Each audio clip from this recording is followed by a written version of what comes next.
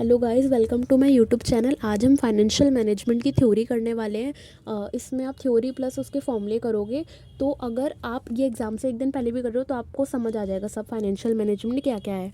तो management of finance को ही हम फाइनेंशियल मैनेजमेंट कहते हैं। मतलब कि जो कंपनी का पैसा है उसे किस तरीके से मैनेज करा जाए, ये हमारा फाइनेंशियल मैनेजमेंट होता है। इसमें हम देखते हैं कि हमें फ़ंड कहाँ कहाँ से प्रोक्योर करने हैं, मतलब कि कहाँ कहाँ से हमें फ़ंड लेकर आने हैं। ठीक है, अभी फाइनेंशियल मैनेजमेंट पूरा काम करने के लिए कंपनी के पास कोई ऐसे इंसान तो होना चाहिए ना जो ये सारे फंक्शन फॉलो करेगा। वो हमारा फाइनेंशियल मैनेजर होता है, जो एक रिस्पॉन्सिबल पर्सन होता है ऑर्गेनाइजेशन का, जो ये सारे फंक्शन करता है। ठीक है, अब इसका कुछ स्कोप होते हैं फाइनेंशियल मैनेजमेंट के, जो कि investing capital, raising capital, capital structure, analysis and research of financial statement, financial planning and controlling. Investing capital का मतलब होता है जो कंपनी के हाथ में पैसा है उसे कहाँ कहाँ इन्वेस्ट करा जाए। अगर उसके पास दो चार ऑप्शन है तो कौन सा उसके लिए बेटर ऑप्शन है पैसा इन्वेस्ट करने के लिए। रेजिंग कैपिटल मतलब कि पहले हाथ में पैसा कहाँ से आए, कि हम डेट से पैसा लें, कि हम इक्विटी से पैसा लें, कि हम प्रेफरेंस से पैसा उठाएं। ठीक है, कैपिटल स्ट्रक्चर में हमारा डेट और इक्विटी का मिक्सचर आता है, अभी हम आगे भी पढ़ेंगे।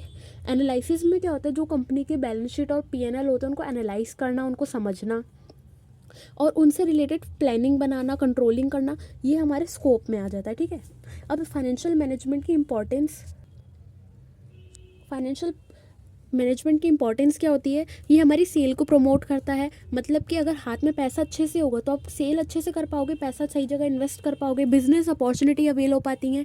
कि कोई हाथ में पैसा होगा, कोई अपॉर्चुनिटी आप धत से एकदम से ले लोगे कि हाँ हम ये कर रहे हैं काम। आप कंटिजेंसी मीट कर पाओगे, मतलब कि कोई फ्यूचर में अनसर्टेनिटी आ जाए, कुछ हो जाए तो उसके लिए हाथ में पैसा तो होना चाहिए ना। तो वो भी आप फाइनेंशियल, अगर आप पैसों का मैनेज करोगे तो ही आप वो सब चीज़ें कर पाओगे। Optimum allocation and utilisation of resource, मतलब कि जो कंपनी के रिसोर्सेज हैं उन्हें अच्छे से एलोकेट करना, उनको यूटिलाइज़ करना तभी हो पाता है जब कंपनी के हाथ में पैसा अच्छे से होगा और वो उसे अच्छे से यूज़ कर पाएगी। जो कंपनी का फाइनेंशियल मैनेजर होता है उसके तीन फंक्शन होते हैं, उसे तीन डिसीजन लेने होते हैं: इन्वेस्टमेंट डिसीजन, फाइनेंशियल डिसीजन और डिविडेंड डिसीजन। इसी के बेसिस पे हमारी पूरी बुक है। इन्वेस्टमेंट डिसीजन में क्या क्या आता है, हमारा वर्किंग कैपिटल का management, corporate restructuring. Financial decision का मतलब हो गया कि पैसा कहाँ से उठाना है, रेस कहाँ से करना है, इंटरनेशनल फाइनेंसिस में आएगा। डिविडेंड डिसीजन मतलब कि प्रॉफिट को डिस्ट्रीब्यूट, अगर प्रॉफिट कमाया है तो उसे डिस्ट्रीब्यूट कर दे या फिर रिटेन कर ले आने वाले कल के लिए, किसी आने वाली अपॉर्चुनिटी के लिए। तो ये तीन फंक्शन होते हैं उसके। ठीक है, अब उसके जो फाइनेंशियल मैनेजर है या फिर ऑर्गेनाइजेशन है हमारी पूरी, उसके कुछ ऑब्जेक्टिव या गोल्स होते हैं। मेनली दो होते हैं: प्रॉफिट मैक्सिमाइजेशन करना और वेल्थ मैक्सिमाइजेशन करना। और प्रॉफिट मैक्सिमाइजेशन तो एक शॉर्ट टर्म की बात हो गई कि सेल्स बढ़ा दो, कुछ कर दो, प्रॉफिट ज़्यादा हो जाए। इसमें आप क्या करते हो, अपना efficient allocation and use of resource करते हो, रिसोर्सेज को अच्छे से यूज़ करते हो जिससे कि प्रॉफिट बढ़ जाता है कंपनी का। लेकिन जो वेल्थ मैक्सिमाइजेशन है ना, ये एक दिन की बात नहीं है, ये लॉन्ग टर्म प्रोसेस है। अब यहाँ तो प्रॉफिट बढ़ाना है तो 2-4 महीने अच्छी खासी सेल वेल कर दी, प्रॉफिट बढ़ गया। लेकिन वेल्थ हमारी बहुत टाइम में बढ़ती है। मतलब कि वेल्थ क्या होती है कंपनी की, जो कंपनी का शेयर प्राइस होता है वही कंपनी की वेल्थ होती है। अगर कंपनी का शेयर प्राइस बढ़ता जाएगा तो कंपनी की वेल्थ बढ़ती जाएगी, जो कि धीरे धीरे होता है। अब हम पे एक टॉपिक है time value of money. Time value of money क्या होता है, जो पैसे की जो वैल्यू टाइम के साथ चेंज होती जाती है वही टाइम वैल्यू ऑफ मनी होता है। मतलब कि अगर आपकी जेब में आज 500 का नोट है ना, उसकी वैल्यू आज ज़्यादा आने वाले कल से। कैसे कि अगर 2010 की बात देखी जाए, मैंने एग्जांपल दिया, 20 रुपये से आप 40 टॉफ़ी ले पाते थे पहले। अब 20 रुपये की 20 की टॉफ़ी आती है। या फिर आप इसे समझ लो, पहले 500 रुपये आप लेके जाते थे, आप घर का कितना राशन ले आते थे, लेकिन अब इतना ही राशन आ पाता है, 500 रुपये का तो कुछ राशन भी नहीं आ पाता है। तो वो ये कि पैसे की वैल्यू टाइम के साथ चेंज होती जाती है। ठीक है, कम होती जाती है। अब इसमें क्यों हो पाती है वो, क्योंकि इन्फ्लेशन हमारा बढ़ता जा रहा है और परचेसिंग पावर लोगों की कम होती जा रही है। ठीक है, टाइम वैल्यू ऑफ मनी में हमारा क्या क्या आता है, प्रेजेंट वैल्यू और future value of money. Present value मतलब पैसे की आज की वैल्यू, फ्यूचर वैल्यू मतलब आने वाले कल में वैल्यू। अगर आपको पैसे की आज की वैल्यू निकालनी है तो फ्यूचर वैल्यू में से इंटरेस्ट माइनस कर दोगे तो आपकी आज की वैल्यू आ जाएगी पैसे की। मान लो फ्यूचर में आपको 110 रुपये मिलने वाले हैं किसी इन्वेस्टमेंट से, जिसमें से 10 रुपये तो आपका इंटरेस्ट है और फिर उसमें से आपको निकालना है आपने आज कितना पैसा इन्वेस्ट किया जो आपको कल जाके 110 रुपये मिल रहा है। तो कैसे निकलेगा, जो 110 रुपये जो मिलने वाला है उसमें से इंटरेस्ट माइनस कर दोगे तो प्रेजेंट वैल्यू आ जाएगी पैसे की, कि आज आपने इतना पैसा इन्वेस्ट किया होगा तो आपको कल जाके 110 रुपये मिले। ठीक है, अब इसमें आपका कंपाउंडिंग और डिस्काउंटिंग आ जाता है। देखो, अगर पैसे की आज की वैल्यू से आपको आने वाले फ्यूचर की वैल्यू निकालनी है, कि ईयर 0 से आपको ईयर 25 की वैल्यू निकालनी है, तो आप उसे कंपाउंडिंग करते हो। ठीक है, लेकिन फ्यूचर वैल्यू से आपको पैसे की आज की वैल्यू निकालनी हो तो आप इसको डिस्काउंटिंग कहते हैं। इसमें आप डिस्काउंट कर रहे हो पैसे को। ठीक है, अब यहाँ देखो कंपाउंडिंग क्या होता है। कंपाउंडिंग वो होता है जब हमें इंटरेस्ट पर इंटरेस्ट मिलता है, मतलब कि आपने अगर 100 रुपये कहीं इन्वेस्ट करें और उस पर आपको 10% इंटरेस्ट मिलता है, ठीक है। तो 100 पे 10 रुपये इंटरेस्ट मिला, नेक्स्ट ईयर कितना हो जाएगा 110। क्यों? 100 रुपये वो और 10 रुपये इंटरेस्ट के, 110। अब आपको जब उसके अगले साल इंटरेस्ट मिलेगा ना, वो 100 पे नहीं मिलेगा, 110 पे मिलेगा। उस पर इंटरेस्ट का अमाउंट आपका जुड़ जाएगा, उसका 10% हो गया 11 रुपये। 110 + 11 121 रुपये। अब अगला इंटरेस्ट मिलेगा ना, वो 100 पे नहीं मिलेगा, 110 पे नहीं मिलेगा, 121 पे मिलेगा, ठीक है। उसका फिर 10%, फिर वो जुड़ता जाएगा, ठीक है। कंपाउंडिंग हो गया। अब फ्यूचर वैल्यू पैसे की अगर आपको निकालनी हो तो उसका एक फॉर्मूला होता है यहाँ पे, present value of money plus में कर देंगे present value of money multiply by 1 + i की पावर n। अब i क्या होता है यहाँ पे इंटरेस्ट रेट, और n होता है हमारा नंबर ऑफ ईयर, कि कितने साल के लिए आपको वो इंटरेस्ट मिल रहा है प्रेजेंट वैल्यू पे, तो वो कुल मिला के आपकी फ्यूचर वैल्यू हो जाएगी, ठीक है। अब डिस्काउंटिंग क्या होता है, जो अभी हमने समझा। कंपाउंडिंग हमारा क्या हो गया, प्रेजेंट वैल्यू से फ्यूचर वैल्यू पे जाना। फ्यूचर वैल्यू से आप करंट वैल्यू पे आ रहे हो तो वो डिस्काउंटिंग है। फॉर्मूला वही सेम रहता है। अभी यहाँ पे देखो ये मल्टीप्लाई में था, यहाँ पे फ्यूचर वैल्यू निकालने के लिए, प्रेजेंट वैल्यू के लिए यहाँ डिवाइड में चला गया, ठीक है। कैपिटल बजटिंग पे आ जाते हैं। अब कैपिटल बजटिंग क्या होता है, ये प्रोसेस होता है जिसमें आप डिसाइड करते हो कि आपको कौन सी लॉन्ग टर्म इन्वेस्टमेंट में अपना पैसा इन्वेस्ट करना चाहिए। अगर कंपनी पे इतना पैसा है तो उसे इसमें इन्वेस्ट करना चाहिए, इसमें या फिर इसमें, किस में इन्वेस्ट करना चाहिए, तो वो आपका कैपिटल बजटिंग में आता है। ये एक लॉन्ग टर्म का डिसीजन होता है, ठीक है। इरिवर्सिबल होता है और हाई इन्वेस्टमेंट। लॉन्ग टर्म लंबे टाइम के लिए किया जाता है। इरिवर्सिबल मतलब कि अगर किसी लैंड आपने सोच लिया, हाँ हमें ये लैंड खरीदनी है, आधा डॉक्यूमेंटेशन हो गया, अब आप कह रहे हो अरे नहीं नहीं हमने लेनी, तो कैपिटल बजटिंग और ये काम ऐसे नहीं चलते हैं। हाई इन्वेस्टमेंट, बड़े पैसों का, बड़े पैमाने पे ये चीज़ें होती हैं। इसका एक पूरा प्रोसेस होता है जिसमें क्या होता है, सबसे पहले आप देखोगे कंपनी के, ऑर्गेनाइजेशन के लॉन्ग टर्म के गोल क्या है, उसको समझोगे। देन आप अलग अलग अपने ढूंढोगे कि आपको क्या प्रोजेक्ट मिल रहे हैं। फिर आप देखोगे उनका क्या इम्पैक्ट हो रहा है फॉर्म पे, ठीक है। फिर उसके आप कॉस्ट जानोगे, उसका बेनिफिट जानोगे, हमारी कंपनी पे उसका क्या बेनिफिट आएगा। आप देखोगे कि आपको कितना रिटर्न चाहिए उससे और वो कितना रिटर्न हमें दे पा रहा है, ठीक है। उसके बाद आप देखोगे अपने कैपिटल बजटिंग डिसीजन क्राइटेरिया से उसे फिट करके देखोगे कि सही बैठ रहा है या नहीं। नहीं तो आप कोई अपना बेस्ट अल्टरनेटिव, उसका दूसरा अल्टरनेटिव ढूंढोगे। अगर वो सही है तो आप उसको इम्प्लीमेंट कर दोगे, प्रोजेक्ट को इम्प्लीमेंट कर दिया जाएगा, ठीक है। इम्प्लीमेंट करने के बाद आप उसको कंट्रोल करोगे। आप देखोगे उसकी कॉस्ट को, कि जो हमने स्टैंडर्ड सेट करे हैं उसके अकॉर्डिंग ही उसकी कॉस्ट बैठ रही है या ज़्यादा बैठ रही है। अगर ज़्यादा बैठती है तो हम उसे क्विट कर देते हैं, अगर सही रहता है तो एंड में जब हो जाता है तो अब हम प्रोजेक्ट को ऑडिट करते हैं। मतलब कि हम देखते हैं कि उसके सक्सेस या फेलियर का क्या रीज़न आया, उसको हम केयरफुली स्टडी करते हैं। कैपिटल बजटिंग टेक्निक्स क्या होती हैं, ये देखो हमारा सारा क्या चल रहा है। अभी हमने पढ़े थे 3 डिसीजन होते हैं उसके, इन्वेस्टमेंट डिसीजन, फाइनेंशियल डिसीजन और डिविडेंड डिसीजन। अभी हम इन्वेस्टमेंट डिसीजन का पढ़े। कैपिटल बजटिंग टेक्निक के 2 मेथड होते हैं, नॉन डिस्काउंटिंग मेथड और डिस्काउंटिंग मेथड। नॉन डिस्काउंटिंग में payback period, accounting rate of return.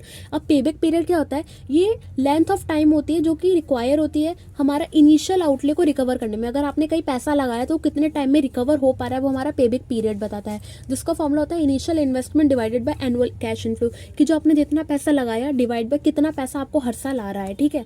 Accounting rate of return क्या होता है, ये एनुअल रिटर्न होता है जो हमने इन्वेस्टमेंट पे लगाया। अगर आपने कहीं पैसा इन्वेस्ट करा उस पर 10% रिटर्न आ रहा है, 12% आ रहा है परसेंटेज की फॉर्म में, तो वो हमारा अकाउंटिंग रेट ऑफ रिटर्न होता है। इसका फॉर्मूला क्या होता है, एवरेज एनुअल प्रॉफिट जो भी आप कमा रहे हो डिवाइडेड बाय जो आपने इन्वेस्टमेंट करी होती है इन 200, क्योंकि हमें परसेंटेज में निकालना है, ठीक है। डिस्काउंटिंग मेथड में 3 होते हैं, net present value, internal rate of return और profitability index. Now net present value क्या होती है, देखो ये होती है जो फ्यूचर कैश फ्लो जो भी है ना, फ्यूचर का पैसा, उसकी जो आज की वैल्यू है उसको नेट प्रेजेंट वैल्यू कहा जाता है। जैसे कि यहाँ पे देखो इसका फॉर्मूला क्या है, cash value at time, cash flow at a time 1 + r⁻t minus initial investment. मतलब कि आपने जो भी पैसा आज आ रहा है उसमें से आप माइनस कर दोगे आपने कितना पैसा उस टाइम पे लगाया था, तो उससे आपको पता चल जाएगा पैसे की नेट प्रेजेंट वैल्यू क्या है, ठीक है। यहाँ पे आर हमारा क्या है, डिस्काउंटिंग रेट है, और टी मतलब टाइम है। बाकी आपको ना एग्जाम में इसके लिए पीवी टेबल दिया जाएगा जिसमें से आपको वैल्यू पुट करनी होगी कि 5 साल के लिए इतने % कितना वैल्यू है, तो वो आपको वो पुट करके यहाँ पे आंसर निकालना होगा, ठीक है। इंटरनल रेट ऑफ रिटर्न क्या होता है, it is the rate at which present value of future cash flow become zero. जो फ्यूचर कैश फ्लो होता है उसकी वैल्यू जिस जगह ज़ीरो हो जाती है वो हमारा इंटरनल रेट ऑफ रिटर्न कहा जाता है। मतलब कि अगर आपका किसी प्रोजेक्ट का IRR 15 है और आपको रिटर्न 12% चाहिए, मतलब वो प्रोजेक्ट अच्छा है, वो आपको कितना 15% रिटर्न दे रहा है, आपको सिर्फ 12 ही चाहिए था, तो आप वो प्रोजेक्ट एक्सेप्ट कर लोगे। Now we have profitability index. ये क्या होता है? ये आपको बताता है कि आपने जो पैसा इन्वेस्ट करा है हर 1 रुपये पे आपको कितना रिटर्न मिल रहा है, वो आपका प्रॉफिटेबिलिटी इंडेक्स बताता है। मतलब कि अगर आपका PI 1.2 आ रहा है, मतलब कि इसका क्या हुआ, 1 रुपये पे आपको, हर 1 रुपये पे आपको 20 पैसा एक्स्ट्रा मिल रहा है। ठीक है, तो वही है, अगर आपका PI ग्रेटर देन 1 है तो मतलब प्रोजेक्ट अच्छा है, मतलब कि हर 1 रुपये पे आपको कुछ ना कुछ तो प्रॉफिट हो रहा है ना। 1 रुपये से कम है मतलब आपने 1 रुपया लगाया है और आपको 80 पैसा मिल रहा है, तो मतलब 20 पैसे का डिस्काउंट, 20 पैसे का नुकसान हो गया। ठीक है, PI का फॉर्मूला क्या होता है? Present value of cash inflow divided by present value of cash outflow, inflow divided by outflow. ठीक है, अब हम पे है cost of capital. Cost of capital क्या होता है? ये एक मिनिमम रिटर्न है जो कि कंपनी को कमाना ही कमाना पड़ता है, जिससे वो अपने फाइनेंशियल कॉस्ट को बियर कर पाए, अपने जिससे डेट लिया उसको इंटरेस्ट दे पाए, इक्विटी इन्वेस्टर को कुछ डिविडेंड दे पाए। ठीक है, इसमें क्या होता है, इससे आपको पता लगता है कि वो इन्वेस्टमेंट अच्छी है, करने लायक है या नहीं, कि आप उससे अपना कॉस्ट ऑफ कैपिटल निकाल पा रहे हो या नहीं। ठीक है, अब यहाँ पे कॉस्ट की क्लासिफिकेशन आ गई, अलग अलग टाइप की कॉस्ट होती है। ये वैसे आपको पता होगा, हिस्टोरिकल कॉस्ट क्या होती है? ये हमारी बुक कॉस्ट होती है, जो बुक वैल्यू होती है। ठीक है, फ्यूचर कॉस्ट क्या होती है? जो एस्टिमेटेड कॉस्ट हमने निकाली होती है कि ये एस्टिमेशन है। स्पेसिफिक कॉस्ट क्या होती है? किसी स्पेसिफिक सोर्स की जो कॉस्ट है वो स्पेसिफिक कॉस्ट है, मतलब कि आपने इक्विटी से पैसा लिया है, प्रेफरेंस से लिया है या फिर डिबेंचर से लिया है, उसकी स्पेसिफिक कॉस्ट वो होगी। कंपोजिट कॉस्ट क्या होती है? इन सबको कंबाइन कर दोगे अगर आप, तो वो आपकी कंबाइंड या फिर कंपोजिट कॉस्ट होगी। ठीक है, explicit cost and implicit cost. Explicit cost वो होती है जो पैसा हमारी जेब से जाता है, आउट ऑफ पॉकेट एक्सपेंस होते हैं, जो हमारे डेली हमारे बिजनेस को चलाने में लगते हैं, जैसे वेजेस, रेंट, ये हमारे सारे एक्सप्लिसिट कॉस्ट है।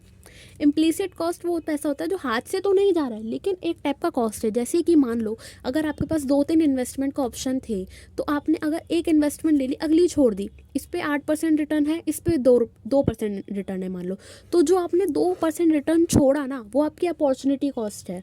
मतलब वो आपने छोड़ दी, वो अपॉर्चुनिटी आपने छोड़ दी, वही हमारी इम्प्लिसिट कॉस्ट होता है। वो किसी टाइप का खर्चा नहीं है लेकिन वो एक टाइप की हमारी कॉस्ट हो जाएगी। ठीक है, एवरेज कॉस्ट और मार्जिनल कॉस्ट। एवरेज कॉस्ट क्या होती है? हर एक यूनिट को बनाने के लिए कितना पैसा, कितनी कॉस्ट एवरेजली लग रही है, वो एवरेज कॉस्ट हो गई, मतलब कि total cost divided by number of unit. लेकिन मार्जिनल कॉस्ट क्या होती है ना, मान लो आप वैसे 100 ही यूनिट बनाते हो लेकिन इस बार आप 105 यूनिट बना रहे हो, तो वो जो एक्स्ट्रा 5 यूनिट आपने बनाई ना, उसको बनाने का जो खर्चा है वो हमारा मार्जिनल कॉस्ट आ जाएगा। अब मान लो एक वेयर हाउस में आप 100 ही यूनिट बना पाते हो लेकिन आप 5 और बनानी पड़ रही है, तो मे बी आपको एक और वेयर हाउस का कुछ करना पड़े इंतजाम, तो आपकी फिक्स्ड कॉस्ट भी बढ़ जाएगी। तो मार्जिनल कॉस्ट वो होती है। ठीक है, कॉस्ट ऑफ कैपिटल में आप 3 कॉस्ट देखते हो। इक्विटी शेयर कैपिटल जिसको आप KE से डिनोट करते हो, प्रेफरेंस शेयर कैपिटल को आप KP से डिनोट करते हो, डिबेंचर या फिर बॉन्ड या फिर लोन को आप KD से डिनोट करते हो। अब कॉस्ट ऑफ इक्विटी वाला पहले हम पढ़ लेते हैं। कॉस्ट ऑफ इक्विटी में आपके 2-4 अलग अलग टाइप के फॉर्मूले होते हैं, वो डिपेंड करता है आपका क्वेश्चन कौन से उससे रिलेटेड आता है। CAPM मॉडल में क्या होता है? Capital asset pricing model. इसमें जो कॉस्ट ऑफ इक्विटी होती है वो बराबर होती है RF + RM - RF + beta. Okay, अब इसमें क्या है? RF होता है हमारा रिस्क फ्री रेट जो हमें इंटरेस्ट से मिल रहा है, और RM होता है जो मार्केट रेट है इंटरेस्ट का चल रहा है रिटर्न का, वो। ठीक है, ये बेसिक सा फॉर्मूला है, आपको याद करना होगा। बीटा क्वेश्चन में गिवन होगा, वो आपको पुट करना होगा, आपकी कॉस्ट ऑफ इक्विटी आ जाएगी। अब डिविडेंड अप्रोच, अगर क्वेश्चन डिविडेंड की अप्रोच से चल रहा है तो आपको डिविडेंड ऊपर डिवाइड में रखना है, नीचे आ जाएगा नेट प्रोसीड पर शेयर इंटू में 100। अब ये नेट प्रोसीड पर शेयर क्या होता है ये समझते हैं पहले। सो नेट प्रोसीड क्या होता है? जब आप कोई इशू करते हो अपना शेयर, तो उसकी जो इशू प्राइस होती है उसमें से आप कुछ ब्रोकरेज फीस भरते हो। ब्रोकरेज वो होते हैं ना, जैसे आजकल चल रहा है एंजल वन, ये सब नाम मैं लूँगी नहीं, तो वो सब जब उनका ब्रोकरेज फीस देते हो तो वो फ्लोटेशन कॉस्ट होती है। तो इशू प्राइस में से वो फ्लोटेशन कॉस्ट जब आप माइनस करते हो तो आपका नेट प्रोसीड आ जाता है। ओके, तो यहाँ पे वही नेट प्रोसीड को आप पुट करोगे। ठीक है, अब दूसरा क्या आ जाता है? जैसे डिविडेंड अप्रोच था, डिविडेंड गिवन होगा। अर्निंग अप्रोच में क्या होगा? अर्निंग गिवन होगी। फॉर्मूला सेम है, डिविडेंड की जगह अर्निंग रख देंगे, नेट प्रोसीड आ जाएगा इंटू 100। ठीक है, ग्रोथ अप्रोच में क्या होता है? इन्हीं दोनों में अगर आपको ग्रोथ गिवन हो, कंपनी की ग्रोथ किस परसेंटेज से हो रही है, तो अगर अर्निंग वाला देखा जाए सेम फॉर्मूला अर्निंग का आएगा, बस साथ में आप ग्रोथ को प्लस कर दोगे। ठीक है, अगर डिविडेंड वाले में ग्रोथ गिवन है तो सेम फॉर्मूला इसका आ जाएगा, साथ में आप ग्रोथ को प्लस कर दोगे। All right, cost of debenture में डिबेंचर हमारे दो टाइप के होते हैं, इरिडीमेबल और रिडीमेबल। रिडीमेबल वो होता है जिसका आप प्रिंसिपल अमाउंट नहीं चुकाते हो, मतलब आपने अगर उनसे कुछ पैसा उठाया है तो आप उसको जब तक हमारी बिजनेस चल रहा है ना सिर्फ इंटरेस्ट देते जाओगे। रिडीमेबल वो होते हैं जिसको एक टाइम के बाद आप प्रिंसिपल अमाउंट चुका दोगे, ठीक है। तो अगर इनका कॉस्ट ऑफ डिबेंचर निकालना है तो आप कैसे निकालोगे, interest 1 minus tax into 100 upon में नेट प्रोसीड। नेट प्रोसीड अभी हमने सीख लिया कैसे निकलता है। इंटरेस्ट हर जगह इस तरीके से लिखा जाएगा, इंटरेस्ट 1 माइनस टैक्स, नहीं तो इंटरेस्ट आपका गलत अमाउंट आ जाएगा, ठीक है। अगर रिडीमेबल डिबेंचर है तो उसका फॉर्मूला क्या होगा, वही इंटरेस्ट 1 माइनस टैक्स प्लस में RV minus N P upon N into में 100 divided by RV plus N P upon 2। अभी आरवी एन पी क्या आ गया भाई, आरवी होता है रिडीमेबल वैल्यू। रिडीमेबल डिबेंचर है ना, एक टाइम के बाद रिडीम होंगे ना, उसकी जो वैल्यू गिवन होगी उसको पुट कर दो। एन पी क्या होता है, एन पी हमारा नेट प्रोसीड, अभी हमने पढ़ा इशू प्राइस में से फ्लोटेशन कॉस्ट माइनस करके जो आएगा वो एन पी हो गया। एन होता है हमारा नंबर ऑफ ईयर, कितने साल के लिए हम पे वो है पैसा, प्रिंसिपल अमाउंट है वो पुट कर दोगे, आपका इसका आंसर आ जाएगा, ठीक है। अगर कॉस्ट ऑफ डिबेंचर का ये एक फॉर्मूला याद हो गया तो फिर आपका कॉस्ट ऑफ प्रेफरेंस शेयर तो अभी खुद ही याद हो जाएगा। ये अभी मैं करवाती हूँ बीच का। कॉस्ट ऑफ प्रेफरेंस शेयर क्या होता है, इसमें भी ये दो टाइप के होते हैं, इरिडीमेबल या रिडीमेबल, सेम उसकी तरह। अगर इरिडीमेबल है तो जैसे वहाँ पे इंटरेस्ट आ रहा था, interest 1 minus tax into 100 upon में एन पी, इंटरेस्ट की जगह यहाँ डिविडेंड आ जाएगा divided by N P into में 100। सेम फॉर्मूला है, इंटरेस्ट की जगह डिविडेंड। सेम यहाँ पे भी पूरा सेम फॉर्मूला है, ऊपर जैसे देखोगे, बस यहाँ इंटरेस्ट आ रहा था, यहाँ डिविडेंड आ जाएगा। तो ये क्योंकि प्रेफरेंस शेयर है, डिविडेंड जाएगा तो डिविडेंड का फॉर्मूला हो गया, okay. Now cost of retain earning के जो फॉर्मूले होते हैं ना, वो कॉस्ट ऑफ इक्विटी वाले फॉर्मूले जैसे होते हैं, डिट्टो सेम। लेकिन जैसे उसमें भी हमने पढ़ा था नेट प्रोसीड निकालने के लिए इशू प्राइस में से फ्लोटेशन कॉस्ट माइनस करा था, इसमें हम फ्लोटेशन कॉस्ट माइनस नहीं करेंगे। क्यों माइनस नहीं करेंगे भाई, कॉस्ट ऑफ रिटेन अर्निंग है बेटा। कॉस्ट ऑफ रिटेन अर्निंग मतलब क्या हो गया, रिटेन पैसा जो हम बचा के रखते हैं, क्या उसके लिए हमें किसी को ब्रोकरेज देनी पड़ेगी क्या, जो पैसा हमारे पास ही है नहीं देनी पड़ेगी, तो हम ब्रोकरेज को माइनस ही नहीं करेंगे। इसलिए हमारा कॉस्ट ऑफ रिटेन अर्निंग के फॉर्मूले कॉस्ट ऑफ इक्विटी जैसे होते हैं, पर फ्लोटेशन कॉस्ट माइनस नहीं होगी। अब इसके बाद हम पे आ गए weighted average cost of capital वैक। अब इसका फॉर्मूला क्या है, इसमें कॉस्ट ऑफ इक्विटी कैसे निकलेगी, या फिर कॉस्ट ऑफ, उन तीनों का मिला के कॉस्ट आती है पहली बात। तो इसमें क्या होगा, आपको अलग अलग ना वो दे रखे होंगे कि आपने इक्विटी से कितना पैसा लिया, प्रेफरेंस से कितना लिया, डिबेंचर से कितना लिया। एक्स वाला जो अमाउंट होगा ना वो उसी का होगा जो गिवन होगा क्वेश्चन में, और डब्ल्यू क्या होगा, प्रोपोर्शन दे रखा होगा। जैसे इससे समझते हैं कि आपने कितना डेट से ले रखा है, कितना इक्विटी से ले रखा है, कितना प्रेफरेंस से ले रखा है, परसेंटेज दे रखी होगी। तो उस परसेंटेज को आप उस अमाउंट से मल्टीप्लाई कर दोगे, उसको ऊपर रख दोगे, डिवाइड कर दोगे जो परसेंटेज, जैसे 20% प्रोपोर्शन, 100% प्रोपोर्शन, ठीक है, तो वो आपका कॉस्ट आ जाएगा। Then we have the capital structure. अब कैपिटल स्ट्रक्चर क्या होता है, यहाँ हम आ गए फाइनेंशियल डिसीजन पे। अभी हम कहाँ तक थे, अभी तक हमने इन्वेस्टमेंट डिसीजन समझ लिया कैसा इन्वेस्ट करना है। अब हम समझेंगे पैसा कहाँ से लाना है, पैसे का काम सारा। कैपिटल स्ट्रक्चर क्या होता है, कैपिटल स्ट्रक्चर होता है ये मिक्स होता है डेट और इक्विटी का, जो कि कंपनी यूज़ करती है जिससे वो अपने ऑपरेशन जो है डेली वेयर के उनको चला पाए और अपनी ग्रोथ कर पाए। कैपिटल स्ट्रक्चर मतलब कि डेट कितना लेना है, कितना इक्विटी लेना है, वो कैपिटल स्ट्रक्चर में आता है। और कैपिटल स्ट्रक्चर का मैनेजमेंट क्या हो जाएगा कि इसी चीज़ के लिए हमें क्या स्ट्रेटेजिक डिसीजन लेने हैं, उसी को हम कैपिटल स्ट्रक्चर का मैनेजमेंट कह देते हैं। ऑलराइट, इसके कुछ ऑब्जेक्टिव और इंपॉर्टेंस हैं। ऑब्जेक्टिव क्या क्या होते हैं इसके, कि इसको क्या क्या करना है, minimise cost of capital, cost of capital इससे कम हो जाएगी। आपको इसमें देखना होता है कि शेयर होल्डर की वेल्थ सबसे ज़्यादा बढ़े, रिस्क हमारा मैनेज रहे, ना ज़्यादा रिस्क हो ना बहुत कम रिस्क हो। बहुत कम रिस्क होगा तो प्रॉफिट भी कम होगा, लिक्विडिटी भी मेंटेन रहे और फ्लेक्सिबिलिटी भी रहे, साथ ही सस्टेनेबल हो कि आने वाले फ्यूचर के लिए भी हो। और एक फॉर्म ये भी यहाँ पे ही आना था, कंट्रोल ऑन बिजनेस। आपको ऐसा कैपिटल स्ट्रक्चर चूज़ करना होता है जिसमें आप अपने बिजनेस पे से कंट्रोल ना खो दो। जैसे कि यहाँ देखो, हमने इतना प्रोपोर्शन इक्विटी का लिया और बाकी डेट का लिया है। अगर मैं ज़्यादा इक्विटी का प्रोपोर्शन लेती, इसका मतलब क्या है, मेरा कंट्रोल कम हो जाएगा। क्यों, क्योंकि ज़्यादा शेयर होल्डर्स आ जाएंगे, ज़्यादा ओनर बन जाएंगे, तो आपका कंट्रोल कम हो जाएगा। तो आपको ध्यान रखना होता है कि आपका कंट्रोल बिजनेस पे से ना जाए। इंपॉर्टेंस बेसिकली ना ऑब्जेक्टिव जैसे होते हैं, वही कॉस्ट ऑफ कैपिटल आपको कम रखना है, रिस्क मैनेज करके रखना है, फाइनेंशियल स्टेबिलिटी आ जाती है क्योंकि इक्विटी डेट से पैसा आ जाता है, कॉम्पिटिटिव एडवांटेज हमें मिल जाता है, हाथ में पैसा होगा, पैसा मैनेज कर रखा होगा, एडवांटेज तो मिलेंगे ही। और वही बिल्ड क्रेडिट वॉर्थनेस, अगर आपने डेट लिया है और आप उसे पे करोगे टाइम पे तो आपकी क्रेडिट वॉर्थनेस बढ़ती जाएगी। लोगों को पता होगा कि हाँ ये कंपनी तो अच्छी है, ये लोन चुका देती है, इसको पैसा दे दो। इसकी कुछ थ्योरीज होती है, जैसे जिसमें नेट इनकम अप्रोच। इसमें क्या कहते हैं कि अगर आप ज़्यादा डेट लोगे और इक्विटी कम लोगे तो आपकी ओवरऑल कॉस्ट ऑफ कैपिटल है ना वो कम होगी। क्यों? क्योंकि जो हमारा डेट होता है ना वो चीपर होता है, वो सस्ता होता है, और इससे क्या होगा, कंपनी की वैल्यू भी बढ़ जाएगी। ठीक है। दूसरी आती है नेट ऑपरेटिंग इनकम अप्रोच। इसमें क्या आता है कि ये कहते हैं कि कंपनी की वैल्यू को कोई इफेक्ट नहीं पड़ता तुम्हारे डेट और इक्विटी के प्रोपोर्शन से। भाई तू ज़्यादा डेट ले कम ले हमें क्या, क्योंकि कंपनी की जो वैल्यू है वो डिपेंड करती है उसकी इनकम पे, वो कितना ईबीआईटी कमा रही है, ना कि तुम्हारे डेट इक्विटी रेशियो से उसको कुछ फ़र्क पड़ता है। ये नेट ऑपरेटिंग इनकम अप्रोच कहता है।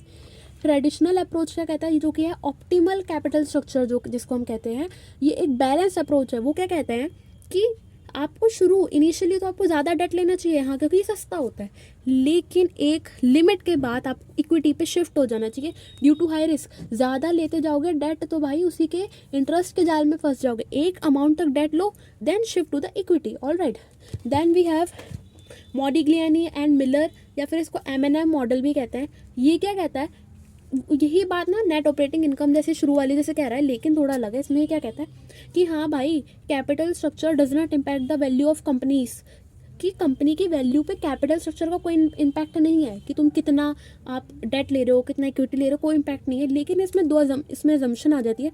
वो कह रहा है अगर आपने कोई टैक्सेस नहीं भर रहे हो तो हाँ भाई कोई फ़र्क नहीं पड़ता, लेकिन अगर आप टैक्स भर रहे हो, अगर आप टैक्स दे रहे हो, तो वो क्या कहता है कि it is good to take debt. तो अच्छा है कि आप डेट लो, क्योंकि क्या होता है जब आप टैक्स भरते हो ना तो इंटरेस्ट पहले ही माइनस हो जाता है, तो उसको आपको फ़ायदा मिल जाता है। ठीक है। इसलिए वो कह रहा है अगर टैक्स नहीं भर रहे हो, जो कि एक अजम्पशन है, ऐसा थोड़ी होता है कोई कंपनी टैक्स ही ना दे, तो लेकिन अगर आप टैक्स दे रहे हो तो वो भी कहता है कि हाँ हाँ डेट ही बेटर है। ठीक है। इसकी assumption में एक तो ये होता है नो टैक्सेस, एक होता है perfect capital market. Perfect capital market मतलब जहाँ हर इन्वेस्टर को पता होता है सारी इन्फॉर्मेशन के बारे में। ऑल राइट, इसको इरेविलेंस कॉन्सेप्ट ऑफ डिविडेंड भी कहते हैं। Now we have financial decision. Financial decision क्या होता है कि हमें कैपिटल कहाँ से रेस करनी है, फंड कहाँ से लाना है अपनी ऑपरेशन डेली वेयर के चलाने के लिए और ग्रोथ के लिए।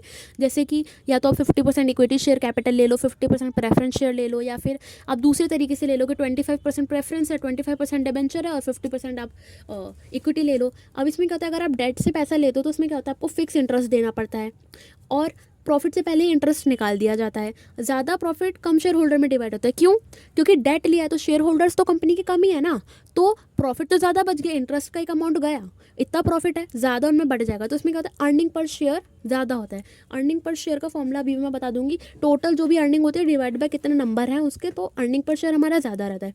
इक्विटी में क्या होता है, इंटरेस्ट तो कोई नहीं जाएगा, डिविडेंड जाता है, प्रॉफिट ज़्यादा होगा लेकिन शेयर होल्डर का नंबर भी ज़्यादा होगा, तो जब डिवाइड करेंगे तो अर्निंग पर शेयर कंपेरेटिवली कम आता है। ठीक है। अगर कंपनी कॉन्फिडेंट है कि हाँ भाई हम तो हाई प्रॉफिट कमाएंगे तो उसे डेट लेना चाहिए। क्यों? क्योंकि ज़्यादा प्रॉफिट आप कमा रहे हो, इंटरेस्ट का अमाउंट तो फिक्स है, चला गया, बाकी इतना प्रॉफिट रह गया ना हाथ में, सारा प्रॉफिट प्रॉफिट मजे मजे। लेकिन कंपनी ऐसी श्योर नहीं है कि भाई हम प्रॉफिट कमाएंगे या नहीं कमाएंगे, लॉस हो सकता है, तो उसे डेट नहीं लेना चाहिए। क्यों? इंटरेस्ट फिक्स है भाई, पैसा ही नहीं कमाया, इंटरेस्ट तो जेब से भरोगे ना, तो ये कंपनी को अपने अकॉर्डिंग देख के चलना पड़ता है। Now we have financial break even level. ये क्या होता है, ये the level of EBIT at which company cover the financial cost but nothing left for shareholder. ये वो पैसा है, इतना पैसा जो कंपनी को कमाना ही चाहिए जिसमें उसकी फाइनेंशियल कॉस्ट कवर हो जाए लेकिन हाथ में कुछ ना बचे, इतना तो कमाना ही चाहिए। तो उसका फॉर्मूला क्या हो गया, इंटरेस्ट प्लस में प्रेफरेंस डिविडेंड अगर कोई होगा तो डिवाइडेड बाय 1 माइनस टाइम, कि कितने टाइम के लिए आपको इंटरेस्ट और प्रेफरेंस डिविडेंड देना है। इतना पैसा तो कंपनी को कमाना ही चाहिए। अगर EBIT इस अमाउंट से कमा रहा है तो कंपनी लॉस में जाएगी। लॉस में क्यों जाएगी भाई, हाथ से इंटरेस्ट देना पड़ेगा, जेब से पैसा भरना पड़ेगा। समझे? वीडियो में ना थोड़ा बाहर का शोर आ रहा होगा, मेरा घर रोड पे है भाई, मैं क्या करूं। तो अब देखते हैं आगे। कांस्टेंट EBIT क्या होता है, वेराइंग EBIT क्या होता है, इंडिफरेंस EBIT और शॉर्टफॉल EBIT। कांस्टेंट में क्या होता है, जब EBIT ना कंपनी का ओवर टाइम कांस्टेंट रहे, सेम रहे, कोई फ्लक्चुएशन ना हो, तो वो कांस्टेंट EBIT का वो हो जाता है। वेराइंग EBIT क्या होता है कि मार्केट कंडीशन के साथ EBIT चेंज होता रहता है, तो इससे क्या होगा, EPS भी फ्लक्चुएट करेगा, क्योंकि डिपेंड करता है आप कौन सा फाइनेंशियल ऑप्शन चूज करते हो। जो कि हमने पढ़ा ना अभी, EPS कैसे फ्लक्चुएट हो रहा है, डेट ले रहे हो तो ज़्यादा EPS है, इक्विटी ले रहे हो तो कम EPS। All right, then we have indifference EBIT, मतलब कि EBIT का लेवल जहाँ पे आप डेट लो चाहे इक्विटी लो, आपका EPS बराबर आ रहा है, तो वो इनडिफरेंस EBIT है। शॉर्टफॉल EBIT है तो भाई बस अगर आपका ब्रेक इवन लेवल से EBIT कम आ रहा है, मतलब कि फिक्स लॉस कवर नहीं हो पा रही, इंटरेस्ट नहीं निकल रहा, जेब से पैसे जा रहे हैं। ऑल राइट, नाउ इसके साथ हमने इन्वेस्टमेंट डिसीजन पूरे कर लिए, फाइनेंशियल डिसीजन पूरे कर लिए। अब हम आते हैं डिविडेंड डिसीजन, मतलब कि how much profit should be retain और डिस्ट्रीब्यूटेड। प्रॉफिट कमा लिया भाई, बचा के रख लें आगे की अपॉर्चुनिटी के लिए, या बांट दे शेयर होल्डर में, वो डिविडेंड डिसीजन है। इसमें क्वेश्चन क्या क्या आ सकता है फाइनेंशियल मैनेजर के दिमाग में कि हमें डिविडेंड देना चाहिए या नहीं देना चाहिए, कितना देना चाहिए, कहाँ देना चाहिए, मतलब कब देना चाहिए, इंटरिम देना चाहिए या फाइनल। इंटरिम मतलब साल के बीच में, फाइनल मतलब एंड में। कैश डिविडेंड दें या फिर बोनस डिविडेंड। कैश मतलब पैसा, बोनस मतलब कि अगर तुम पे 50 शेयर हैं तो तुम्हें 50 और दे दिए जाएंगे, वो बोनस डिविडेंड हो गया। अब ये भी एक थ्योरी, अभी हमने एक इरिलेवेंस कॉन्सेप्ट ऑफ डिविडेंड पढ़ा था जो कि एमएनएम मॉडल था, ये रहा इरिवेलेंस कॉन्सेप्ट ऑफ डिविडेंड। अब हम पढ़ रहे हैं रिलेवेंस कॉन्सेप्ट ऑफ डिविडेंड। इसमें क्या होता है, इसका ये कहना है कि जो फर्म ज़्यादा डिविडेंड पे करती है उसकी कंपनी की वैल्यू ज़्यादा होती है उन कंपनी के कंपैरिजन पे जो पैसे नहीं देती। इसमें दो अप्रोच है, एक वॉल्टर भाई साहब बता रहे वॉल्टर अप्रोच और एक गॉर्डन अप्रोच है। अब वॉल्टर वाले क्या कह रहे हैं, अगर आपकी कॉस्ट ऑफ रिटेन अर्निंग ज़्यादा है कॉस्ट ऑफ इक्विटी से तो आप डिविडेंड मत दो भाई। क्यों? क्योंकि अगर आपने पैसा रिटेन करा और आपने इसे कहीं और इन्वेस्ट करा, उस पर ज़्यादा इंटरेस्ट मिल रहा है तो भाई वहाँ से पैसा कमाओ, मत दो डिविडेंड। लेकिन अगर आप कहीं पैसा इन्वेस्ट कर रहे हो और आपका कॉस्ट ऑफ इक्विटी से भी कम आ रहा है ना वो पैसा, तो भाई डिविडेंड ही दे दो, इससे बढ़िया तो तुम, क्योंकि तुम कुछ ऐसा खास तो कमा नहीं रहे हो उससे। इसमें कुछ अजम्पशन आ जाती है जिसमें उनका कहना है कि अर्निंग और डिविडेंड चेंज नहीं होता है, रिटर्न और कॉस्ट भी कांस्टेंट रहती है। और वो क्या कह रहे हैं, अगर आपको इन्वेस्टमेंट कर रहे हो ना तो वो रिटेन अर्निंग के थ्रू कर रहे हो, कोई एक्सटर्नल फैक्टर से आप लोन या फिर कुछ नहीं ले रहे हो, ठीक है। और फर्म की एक परपेचुअल लाइफ है, ये इनकी कुछ अजम्पशन आ जाती है। हर थ्योरी की एक दो अजम्पशन होती है, ईजी सी याद कर लेना। इनके अकॉर्डिंग एक फॉर्मूला आ जाता है एमपीएस इक्वल्स टू में डी मतलब डिविडेंड प्लस आर अपॉन के ई माइनस डी अपॉन में के ई। आर वही रेट हो गया, के कॉस्ट ऑफ इक्विटी, ई मतलब अर्निंग, डी मतलब डिविडेंड, ठीक है। ये छोटे छोटे फॉर्मूले याद कर लेना भाई। Then we have Gordon approach. Gordon approach क्या कहते हैं, ये कहते हैं कि भाई जो कंपनी की डिविडेंड पॉलिसी है ना उसका डायरेक्ट इम्पैक्ट पड़ता है कंपनी के शेयर प्राइस पे, कंपनी की वैल्यू पे। क्यों? क्योंकि जो शेयर होल्डर होते हैं उनके लिए डिविडेंड एक सर्टेन टाइप ऑफ इनकम होती है, तो जहाँ से उन्हें ज़्यादा जल्दी जल्दी डिविडेंड मिलता है वो वही जाना प्रेफर करते हैं, ठीक है। तो इसमें भी मार्केट प्राइस का एक फॉर्मूला होता है D1 डिवाइडेड बाय के माइनस जी। अब D1 क्या होता है हमारा, D1 होता है हमारा एक्सपेक्टेड डिविडेंड, जो कि कैसे निकल सकता है, करंट डिविडेंड जो कि DO होता है, जिसमें उसमें आप ग्रोथ ऐड कर दो, जो भी करंट डिविडेंड है उसमें ग्रोथ ऐड कर दोगे तो आपका D1 आ जाएगा। पुट उसको यहाँ फॉर्मूले में D1 डिवाइड बाय के माइनस जी। के हो गया हमारा कॉस्ट ऑफ इक्विटी, जी हो गया ग्रोथ, ठीक है। अब इनकी भी कुछ अजम्पशन है भाई, वही कि कांस्टेंट ग्रोथ रेट है, कॉस्ट ऑफ इक्विटी ग्रोथ से ज़्यादा है, और जो शेयर होल्डर है वो चाहते हैं कि उन्हें डिविडेंड मिले, और वही जो हमने अभी पढ़ा रिटेन अर्निंग को ही हम री इन्वेस्ट कर रहे हैं, कोई एक्सटर्नल फैक्टर से लोन वोन नहीं ले रहे हैं। कैपिटल स्ट्रक्चर में हमारा लिवरेज के बारे में हम पढ़ेंगे, financial leverage, operating leverage, combined leverage. देखो हमारा जो लिवरेज होता है ना, पहले हम लिवरेज समझते हैं। लिवरेज क्या होता है, जो बोरोड फंड का यूज़ करके हम अपना प्रॉफिट बढ़ाएं उसे हम लिवरेज कहते हैं, ठीक है। अब इसमें आ गया degree of operating leverage. Degree of operating leverage का फॉर्मूला होता है कॉन्ट्रीब्यूशन अपॉन में ईबीआईटी। कॉन्ट्रीब्यूशन कैसे आता है, ईबीआईटी कैसे आता है, एक बार समझते हैं। सबसे पहले हम सेल्स जो होते हैं उसमें से हम अगर हमारा वेरिएबल कॉस्ट को माइनस करते हैं तो हमारे कॉन्ट्रीब्यूशन आ जाता है, ठीक है। कंट्रीब्यूशन दो चीज़ों से मिलके बनता है, जो कि होता है फिक्स्ड कॉस्ट और ईबीआईटी। जैसे जो मैंने यहाँ पे समझाया, देखो ये मान लो ये पूरा हमारा कंट्रीब्यूशन है, तो उसमें से कुछ पार्ट ईबीआईटी का होता है, कुछ फिक्स्ड कॉस्ट का होता है। तो डिग्री ऑफ ऑपरेटिंग लिवरेज से ना आप कंट्रीब्यूशन अपॉन ईबीआईटी करके क्या निकाल रहे हो, आप अपना फिक्स्ड कॉस्ट निकाल रहे हो कि आपका फिक्स्ड कॉस्ट कितना है। तो अगर हमारा डिग्री ऑफ ऑपरेटिंग लिवरेज कम आता है तो वो अच्छा है। इससे आपको क्या पता लगता है कि आपका जो ईबीआईटी है, जो प्रॉफिट है वो ज़्यादा और फिक्स्ड कॉस्ट कम है। ईबीआईटी नीचे वाला है ये ज़्यादा है और ऊपर वाला कम है, मतलब कि ईबीआईटी प्रॉफिट ज़्यादा है और कंट्रीब्यूशन में हमारा फिक्स्ड कॉस्ट कम है, क्योंकि कंट्रीब्यूशन में ईबीआईटी भी होता है और फिक्स्ड कॉस्ट भी होता है, तो फिक्स्ड कॉस्ट का अमाउंट मतलब कम है। ऑलराइट, अब ऑपरेटिंग लिवरेज का एक और फॉर्मूला होता है, ये देखो, percentage change in EBIT divided by percentage change in sale. मतलब कि सेल्स में हम कितना चेंज कर रहे हैं उसका क्या इम्पैक्ट पड़ा है हमारे ईबीआईटी में। ऑलराइट, ये होता है हमारा दूसरा फॉर्मूला। इसमें आप देखते हो कि हमारी फिक्स कॉस्ट तो कांस्टेंट रहती है, तो अगर एक वेयर हाउस है उसमें आप 50 सेल करो, 50 यूनिट प्रोड्यूस करो या 200 करो, आपका वेयर हाउस का रेंट उतना ही जाएगा ना।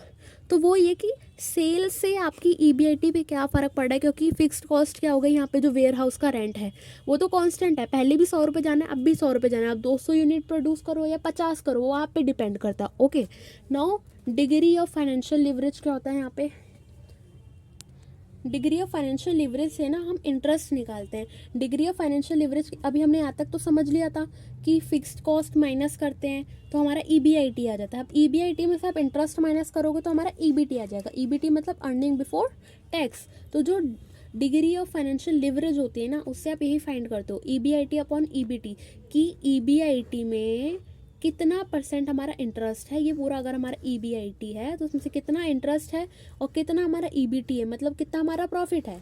ठीक है, तो अगर हमारा डिग्री ऑफ फाइनेंशियल लिवरेज कम आ रहा है, इसका मतलब क्या है, ईबीटी ज़्यादा है, प्रॉफिट ज़्यादा है और हमारा इंटरेस्ट कम है, जो कि एक अच्छी बात है। ठीक है, इसी का दूसरा फॉर्मूला होता है percentage change in net income divided by percentage change in EBIT. इससे क्या पता लगता है हमें कि ईबीआईटी के कितने बढ़ने से हमारे नेट इनकम पे क्या इम्पैक्ट होता है। Okay, now we have working capital decision. Working capital decision क्या होता है कि इसमें हमें क्या करना होता है, मैनेज करने होते हैं कंपनी के शॉर्ट टर्म एसेट और लाइबिलिटी को, जिससे कि आप अपने डेली वेयर के काम के लिए कैश फ्लो मेंटेन रख पाओ और अपना एक बैलेंस बना पाओ लिक्विडिटी और प्रॉफिटेबिलिटी में। कैसे, देखो क्या होता है, अगर आप करंट एसेट में ज़्यादा पैसा इन्वेस्ट करते हो ना, तो आपकी लिक्विडिटी तो हाई हो जाती है क्योंकि हाथ में करंट एसेट होते हैं, जल्दी कन्वर्ट हो जाते हैं, लेकिन प्रॉफिटेबिलिटी लो हो जाती है। क्यों? क्योंकि करंट एसेट पे हमें रिटर्न कम मिलता है। ठीक है, तो आपको मेंटेन रखना होता है कि आप पे इतना पैसा हो कि आप पे कोई लाइबिलिटी आए एकदम पे करने के लिए, तो आप पे कर दो, इतनी लिक्विडिटी हो। लेकिन प्रॉफिटेबिलिटी भी तो कोई चीज़ है भाई, प्रॉफिट भी तो कमाना है, नहीं तो बंद हो जाएगा धंधा। तो आपको देखना होता है इतना मैं करंट एसेट में इन्वेस्ट करूँ, इतना मैं फिक्स्ड एसेट में इन्वेस्ट करूँ। ये आपकी वर्किंग कैपिटल के डिसीजन होते हैं। अब इसमें कुछ चीज़ें हैं, जैसे ग्रॉस वर्किंग कैपिटल क्या होती है, जो हमारे टोटल करंट एसेट होते हैं वही हमारी ग्रॉस वर्किंग कैपिटल होती है। नेट वर्किंग कैपिटल क्या होती है, हमारी टोटल जो करंट एसेट में से करंट लाइबिलिटी माइनस कर दो, नेट वर्किंग कैपिटल आ गई। ऑपरेटिंग साइकिल और कैश साइकिल। ऑपरेटिंग साइकिल क्या होती है, जो हमारे रॉ मटेरियल को कैश में कन्वर्ट करने में टाइम लग रहा है, वो हमारी ऑपरेटिंग साइकिल होती है। और कैश साइकिल क्या होती है, जो कैश का आउटफ्लो, अगर हमने पैसा रॉ मटेरियल परचेज करने में भरा है तो वो वापस कन्वर्ट होकर जब हमारे पास आएगा, वो कैश साइकिल होती है। अब देखो ऑपरेटिंग साइकिल क्या हो गई, मैंने पैसा कुछ परचेज करा, उसको मैं पूरा सेल करके अकाउंट पेबल को पैसे भरूंगी, फिर इन्वेंट्री आएगी उसको सेल करूंगी, फिर वो लोग अकाउंट रिसीवेबल फिर अपना पेमेंट देंगे, कैश आएगा। तो वो जो है ना, जब मैं अपना चीज़ बेच के पैसा कमा रही हूँ, वो पूरा ऑपरेटिंग साइकिल है। लेकिन कैश साइकिल क्या होता है, इधर से शुरू होगा, वो यहाँ से शुरू हो रहा था, यहाँ से यहाँ, ये क्या है, यहाँ से शुरू होगा कैश साइकिल कि मैंने पैसा भरा अकाउंट पेबल को, अब जब मुझे अकाउंट रिसीवेबल से रिसीव होगा, वो हमारा कैश साइकिल होता है।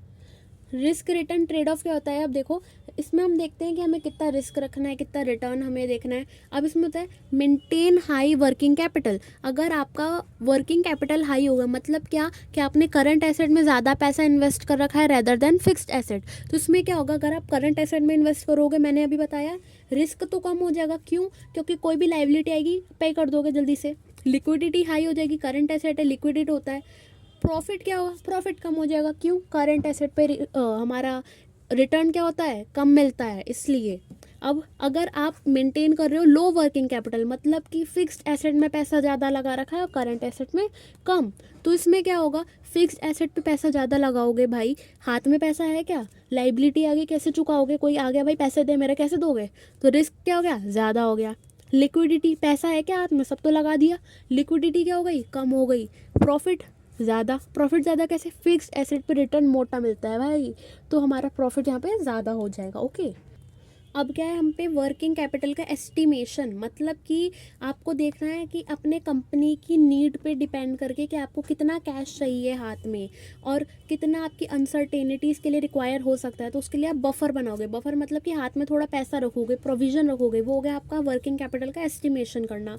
Now we have receivables management. Receivable management क्या होता है कि आपको देखना है कि हर एक कस्टमर पे डिपेंड होती है वो चीज़ कि उसको कितना हद तक क्रेडिट देना है, कितना आपको क्रेडिट एक्सटेंड उनको देना है, जिससे कि आपको टाइमली कलेक्शन हो जाए, पेमेंट का पेमेंट टाइम पे आती रहे और बैड डेट भी आपके भाई ना हो। तो वो होता है रिसीवेबल मैनेजमेंट। इन शॉर्ट बताऊं कि आपको देखना है हर कस्टमर पे कि इसको कितना मैं भाई दे सकता हूँ उधारी पे, जो कि आप डेली, अगर आपकी कोई शॉप हो गई, आपको ऐसे ही पता होगा ये चीज़ कि आप देखते हो कि अरे भाई ये तो पैसा लेट देता है, इसको नहीं दूंगा, अगर ये टाइमली चुका देता है हाँ इसको हम दे देते हैं उधारी पे, ठीक है। इसके कुछ की कंपोनेंट्स होते हैं।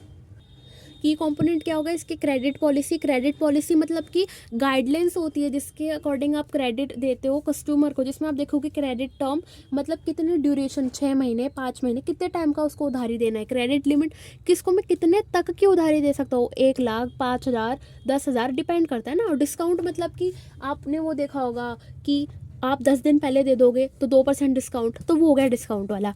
क्रेडिट एनालिसिस में क्या होता है, आप कस्टमर की क्रेडिट वॉर्थनेस को इवेलुएट करोगे। क्रेडिट वॉर्थनेस बोले तो कि आप कितनी, आपका जो कस्टमर है क्या वो सबको पैसे टाइमली चुकाता है या नहीं, उसको आप समझोगे। कैसे समझोगे, आप देखोगे उसकी क्रेडिट रेटिंग क्या है, उसकी पेमेंट हिस्ट्री चेक करोगे, क्या वो टाइम पे पेमेंट करता था या नहीं, उसके कंपनी की फाइनेंशियल स्टेटमेंट को चेक करोगे, ठीक है। बैड डेट मैनेजमेंट क्या हो गया, वही जो आप प्रोविजन वगैरह बनाते हो 11-12 से पढ़ते हो, वो हो गया। कलेक्शन पॉलिसी में क्या देखते हो आप, ये पूरा प्रोसीजर होता है जिसमें आपका ओवरड्यू पेमेंट जो होती है उनको आप रिकवर करते हो आपके इनसे सारे अकाउंट रिसीवेबल डेटर वगैरह से। इसमें आप सबसे पहले क्या करोगे, फ्रेंडली रिमाइंडर कि भाई पैसे चुका दे, नहीं तो फॉर्मल नोटिस भेज दोगे कि भाई पैसे चुका दे, नहीं तो हम कोई लीगल एक्शन ले लेंगे, नहीं चुकाए तो फिर आप लीगल एक्शन लेते हो, ठीक है। अब वर्किंग कैपिटल इम्प्लीकेशन क्या होता है, आप देखते हो जो भी रिसीवेबल्स है इनका क्या इम्पैक्ट पड़ता है आपके वर्किंग कैपिटल पे, all right. Level of working capital क्या होता है, 2 टाइप के होते हैं, कंजर्वेटिव और aggressive. Conservative working capital policy मतलब जो कंपनी करंट एसेट ज़्यादा रखती है करंट लाइबिलिटी से। अगर कंपनी के पास करंट एसेट ज़्यादा है मतलब कि पैसा ज़्यादा है, रिस्क क्या हो गया कम। रिस्क कम क्यों हो गया, वही हाथ में पैसा, जब लाइबिलिटी वाला कहेगा भाई पैसे दे, अरे मुंह पे फेंक के मारो ले पैसे सॉरी तो रिस्क कम है हमारा और प्रॉफिट भी कम है, क्यों, करंट एसेट में इन्वेस्ट कर रखा है ना, फिक्स एसेट में नहीं कर रखा है, रिटर्न कम आएगा। एग्रेसिव वर्किंग कैपिटल पॉलिसी, भाई इनको चाहिए पैसा, इनको चाहिए प्रॉफिट, करंट एसेट में बहुत कम इन्वेस्ट कर रखा है, करंट लाइबिलिटी इनकी ज़्यादा होती है इस वजह से, और फिक्स एसेट में पैसा इन्वेस्ट कर रखा होता। अब रिस्क क्या हो गया ज़्यादा, क्यों, करंट लाइबिलिटी ज़्यादा हो गई, वो कहेगा भाई पैसे दे पाओगे क्या पैसे, हाथ में पैसे नहीं है तो नहीं, क्योंकि सारा पैसा फिक्स एसेट में इन्वेस्ट कर रखा है। यहाँ से पैसा जल्दी निकल के आता है क्या, नहीं आता। रिस्क ज़्यादा हो गया, प्रॉफिट ज़्यादा हो गया, ठीक है। अब मेरे 1-2 पॉइंट ना मैंने बीच में अभी वो समझाया ही नहीं, कंबाइंड लीवरेज, मैं वो भी एक बार बता रही हूँ, ये टॉपिक गलती से बीच में रह गया। ये कंबाइंड लीवरेज, अभी हमने फाइनेंशियल और ऑपरेटिंग लीवरेज समझ लिया था, ठीक है। कंबाइंड लीवरेज क्या हो गया, इन दोनों को आपस में मल्टीप्लाई कर दोगे ना तो आपका कंबाइंड लीवरेज आ जाएगा। Degree of operating leverage multiply by degree of financial leverage. इनके फॉर्मूले भी आप डायरेक्ट पुट करके कर सकते हो या फिर ऐसे, ठीक है, वो डिपेंड करेगा क्वेश्चन पे। नाउ ये 2-4 चीज़ें और हैं, बस ये होते ही हमारा पूरी थ्योरी मेरी तरफ से सब पूरा हो जाएगा। ईपीएस, ईपीएस क्या होता है, अर्निंग पर शेयर, वो कैसे निकलेगा वैसे मैंने ये बता दिया। जो भी इक्विटी के लिए अर्निंग हमारी बचेगी डिवाइड कर दोगे कितने इक्विटी शेयर होल्डर हैं तो आपका अर्निंग पर शेयर आ जाएगा, ओके। अब है हम पे क्या, डिविडेंड पर शेयर, जैसे अर्निंग पर शेयर था वैसे डिविडेंड पर शेयर है, जितना भी डिविडेंड है देने लायक डिवाइड कर दोगे नंबर ऑफ शेयर कितने हैं, डिविडेंड पर शेयर आ जाएगा। टोटल एसेट टर्नओवर रेशियो क्या होता है, sales divided by total asset, तो हमारा टोटल एसेट टर्नओवर रेशियो आ जाता है। परसेंटेज चेंज इन ईबीआईटी क्या होता है, डिग्री ऑफ ऑपरेटिंग लीवरेज में से मल्टीप्लाई कर दोगे percentage change in sale divided by variable cost, तो आपका परसेंटेज चेंज इन ईबीआईटी आ जाएगा, ऑल राइट। नाउ एक और है बस परसेंटेज चेंज इन, अगर हमें सेल निकालना, क्योंकि ऊपर वाले क्वेश्चंस जो थे दिखा देती हूँ, ऊपर वाले इनमें आपको नीड होगा इन सब चीज़ों की, तो आपको ये छोटे छोटे फॉर्मूले ऐसे याद करोगे ना इजीली हो जाएंगे। Percentage change in EBIT divided bye degree of operating leverage, तो ये आ जाएगा, ठीक है। तो इसके साथ मैंने ना पूरा अपनी तरफ से करवा दिया आपको, जो भी अगर कोई टॉपिक रह गया हो या मेरे से कुछ छूट गया हो या मैंने कुछ गलत बता दिया हो तो कमेंट में ठीक कर देना और लाइक कर देना वीडियो को। मैंने बड़ी मेहनत से बनाया, मेरा गला बैठ गया बोलते बोलते। तो थैंक यू फॉर वॉचिंग, मैं होप करूँगी ये वीडियो आपको हेल्प कर पाए। Thank you.